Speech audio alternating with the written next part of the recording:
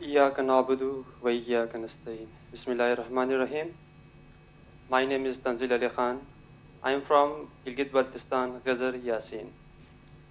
And I am first year FS student, Faculty of Arts and Science at Aga Khan University. Sir, first of all, I am very thankful to you that you are here today with us, and it's a great honor for us, right? So, as a part of Gilgit-Baltistan, my question from you would be like that. From 1947 سے لے کے اب تک ہمیں constitution کی حیثیت سے نہیں دیا گیا ہے. تو دیکھا جائے تو پرائم منسٹر صاحب کی پاکستان کے کنسٹیٹیوشن کے آئین میں ہمارے لیے پاکستان کو ہم سٹیزن قرار نہیں دیا جاتا ہے. اور last time 2000 order of 2018 act کے تحت اس میں کیا کہا گیا کہ ہم گلگت بلتستان کے سٹیزنس ہیں, رائٹ. تو اس کے بعد یہ ہوتا ہے کہ 1947 میں آزادی ہوئی, اس کے بعد ہم کشمیر سے الگ ہوئے تو تب سے لے کے اب تک we are not given the fundamental rights to us. So whenever if we are not the part of Pakistan, جب کہیں بھی ہم اکٹھے ہوتے اپنے حقوق کے لیے, اپنے رائٹس کے لیے, اپنی سبسڈیز کے لیے, تو گورنمنٹ اسٹیٹ کیا کرتی ہے, شیڈول 4 کے تحت اینٹی ٹیررزم ہم پر لاگو کرتی ہے اور ہمیں دھکیلا جاتا ہے, سپریس کیا جاتا ہے, جو کہ بہت مشکل واقعہ ہے. تو لاسٹ ٹائم ہمارے پاس ایک واقعہ ہوگا چلاس حدود کے, اس میں آپ کو علم ہے یعنی, تو وہاں پہ کیا کیا جاتا ہے, لوگوں کو انوسنٹ پیپلس کو مارا جاتا ہے دہشت گردی کے ایکٹ کے تحت. تو وہاں پہ ایک اسٹیٹ رسپانسبل ہوتا ہے کہ اگر ایک بندے کا خون بھی ہو جائے تو وہ اسٹیٹ رسپانسبل ہوتا ہے کہ اس کو انکوائری کر لے, لیکن اب تک کوئی وہ نہیں ہوا. ہمارے مائیں, ایک ماں وہاں پہ تھی جس نے 6 گولیاں کھائی اور اپنے بچوں کو اس نے سیو کر لیا. ابھی دیکھیں ہم گلگت بلتستان سے اپنے افواج کو بھیجتے ہیں محاذوں پر وہ سیو کرنے کے لیے, ابھی ہم نوبت یہ آ چکی ہے کہ ہماری مائیں بھی گولیاں کھا رہی ہے. فرسٹ آف آل میں آپ کے ایاک نعبدو کے ساتھ ہی سمجھ گیا تھا کہ مجھے جو ہے نا بڑی تیاری کے ساتھ جواب دینا ہے, اور ذات سے میرا ایاک نستعین پہ دل میں زیادہ زور ہو گیا کہ یا اللہ میری مدد فرما. اور اس میں at times it is not your intellect or understanding which is the problem, but it is the level of emotions you are charged with becomes a part of the problem. آپ کوئی چیز دیکھنا چاہتے ہیں, اس کے نیچے ایک اسکرین ایموشنز کی ہوتی ہے, اور اس ایموشنل اسکرین میں جب آپ اس کو ویو کرنا چاہتے ہیں, وہ تصویر وہی نظر آتی ہے جو وہاں سے ریفلیکٹ ہو کر آپ کے ذہن پہ نچھاور ہو رہی ہوتی. میرے بھائی, میری جان, Gilgit Baltistan is part of Pakistan and انشاءاللہ it will remain part of Pakistan. دنیا میں جو ماڈرن نیشن اسٹیٹس بنی ہے نا, مختلف ایکسپیرینسز کے تحت پرنسپلٹیز کی انکارپوریشن ہوئی ہے. یہ مجھے اور آپ کو کوئی جان بابا یا خان یا جو بھی نام ہے, میں کسی کے نام کی تصحیح نہیں کرنا چاہتا, وہ اس طریقے سے بیان کرتے ہیں جیسے انگلینڈ کوئی 5000 سال کا تجربہ ہے, جرمنی 6000 سال کا تجربہ ہے, اٹلی 9000 سال کا تجربہ ہے. ایسا نہیں ہے. ایسا کیا ہے؟ ایسا نہیں ہے. اٹالین یونیفیکیشن آلموسٹ 170 ایئرس کی ایکسپیریمنٹ. آپ کو ہسٹری میں روم ملے گا, اٹلی نہیں ملے گا. آپ کو ہسٹری میں فلورنس ملے گا, اٹلی نہیں مل رہا. ملان ہے, اٹلی نہیں ہے. اسی طرح جرمن یونیفیکیشن ہے, اس طرح یو کے کی یونیفیکیشن ہے, اس طرح پاکستان کی ہے, جو انڈین یونین ہے انڈر برٹش راج بھی نا, یہ ایک دن میں برٹش راج نہیں بنا تھا. یہ کوئی مور اور لیس 150-200 سال ان کو لگے, اور آہستہ آہستہ اس کو انکارپوریٹ کرتے گئے.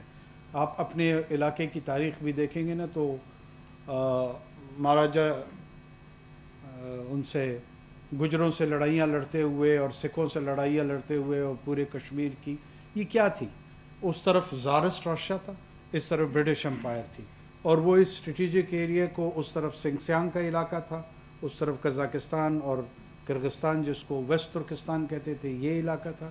یہ تمام علاقے اس طرح تاریخی طور پہ ایک دوسرے کے ساتھ اختلاط کرتے رہے ہیں. آپ کو فریڈم آف ایکسپریشن بھی ہے, آپ کو فریڈم آف اوپینین کی بھی انٹائٹلمنٹ ہے. اتنے بڑے مجمع میں ملک کے وزیر اعظم کے سامنے جو آپ کے دل میں ہے آپ نے کہا ہے, تو کسی نے اسٹائفل تو نہیں کیا آپ کو. یہ تو آپ کا آرگومنٹ ادھر ختم ہو جاتا ہے. یا تو یہ ہو خدا نہ خواستہ کہ آپ کو ڈسکریج کیا ہو, ماڈریٹر نے آپ کو روکنے کی کوشش کی, میں نے نہیں کی. اچھا, اس کے بعد خدا نہ خواستہ آپ کو کوئی نقصان ہو تب بھی کوئی نکتہ چینی بن سکتی ہے.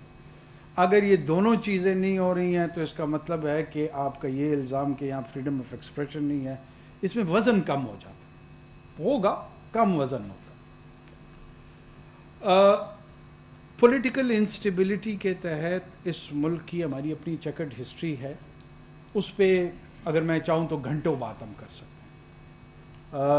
اگر جس دوران کی طرف آپ مجھے اشارہ دے رہے ہیں اس دورانیہ میں یہاں پہ ایسے ایسے جرنلسٹ تھے, ان کو گولیاں ماری گئیں,